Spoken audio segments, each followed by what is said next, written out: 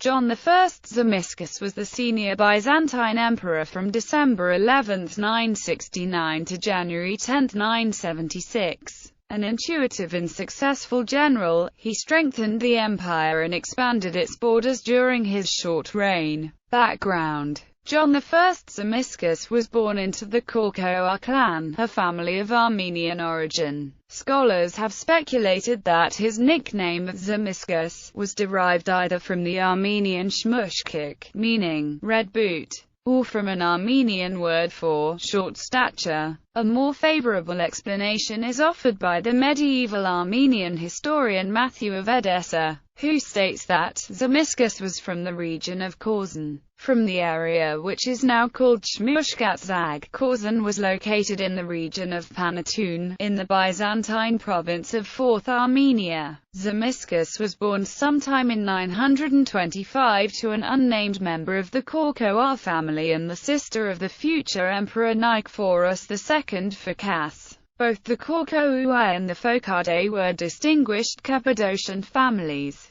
and among the most prominent of the emerging military aristocracy of Asia Minor. Several of their members had served as prominent army generals, most notably the great John Korkoar, who conquered Melitna and much of Armenia. Contemporary sources describe Tzimiskes as a rather short but well-built man, with reddish blonde hair and beard and blue eyes, who was attractive to women. He seems to have joined the army at an early age, originally under the command of his maternal uncle Nicephorus Phocas. The latter is also considered his instructor in the art of war, partly because of his familial connections and partly because of his personal abilities. Tzimiskes quickly rose through the ranks. He was given the political and military command of the theme of Armenia before he turned 25 years old. His marriage to Maria Sklerena, daughter of Pantherios Skleros and sister of Badis Skleros, linked him to the influential family of the Skleroi. Little is known about her. She died before his rise to the throne, and the marriage was apparently childless.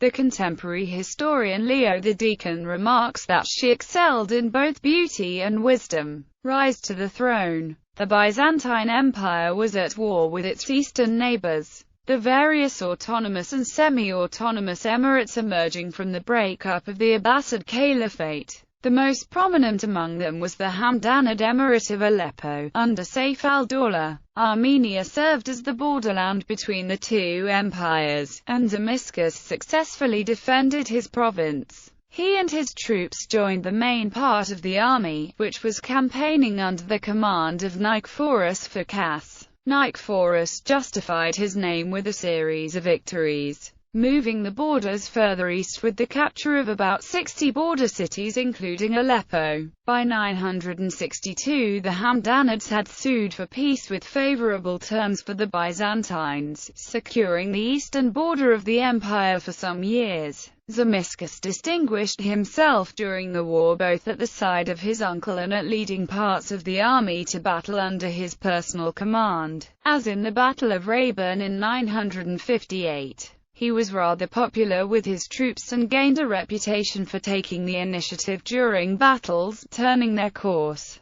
On the death of Emperor Romanos II in 963, Tzimiskes urged his uncle to seize the throne. After helping Nicephorus to the throne and continuing to defend the empire's eastern provinces, Tzimiskes was deprived of his command by an intrigue, for which he retaliated by conspiring with Nicephorus' wife Theophana and a number of disgruntled leading generals to assassinate Nicephorus' reign. After his coronation in December 969, Tzimiskes dispatched his brother-in-law Badis Skleros to subdue a rebellion by Badis Phocas, a cousin of Tzimiskes who aspired to succeed their uncle as emperor. To solidify his position, Tzimiskes married Theodora, a daughter of Emperor Constantine VII.